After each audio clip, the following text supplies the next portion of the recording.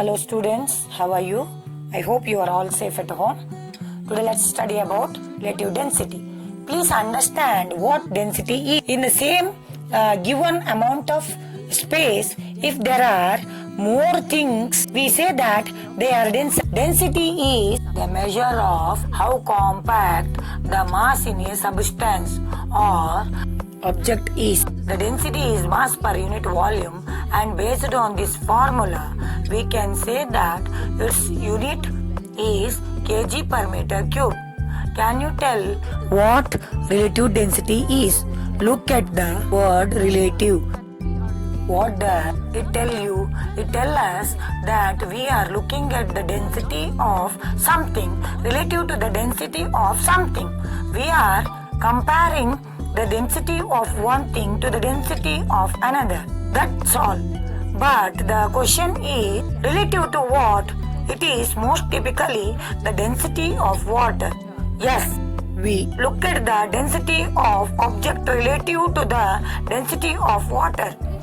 How do we define relative density of an substance? It is equal to the ratio of density of substance over density of water. Can you tell me unit of relative density? Look at the right hand side. Tell me the unit. As it is the ratio of similar quantities, relative density have no unit. The units from numerator and denominator cancel each other out. The density of water is 1000 kg meter cube and density of silver is 10,500 kg per meter cube. So, can you tell me relative density of silver? It is easy. Refer this formula. Try to answer this. It will be equal density of silver over the density of water. Substituting the values here, we get the answer as 10.5. That's relative density of silver. What does the relative density tell us? What can we understand from this? First, it tells us silver is lot more denser than water. Approximately it is 10.5 times denser, but that is base given your number. This tells us another important thing. It tells us whether the object will float or sink in water. In simple terms, substance will sink if it is denser than liquid that it is placed in, and it will float if it is less dense than liquid that it is placed in. How can we say this mathematically?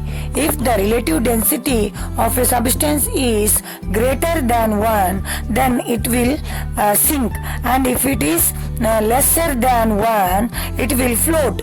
As the relative density of silver is 10.5 as greater than 1, it will sink in water. But if we take the example of ice, its density is approximately 934 kg per meter cube. So its relative density will be 0.934. As it is relative density is lesser than 1, it will float on water. We can understand by simple diagrams. Take 4 beakers filled with water. In the first beaker, drop a substance with relative density of 0.1. You will see it will float like this. In second beaker, drop a substance with relative density of 0.4. You will see it will float like this.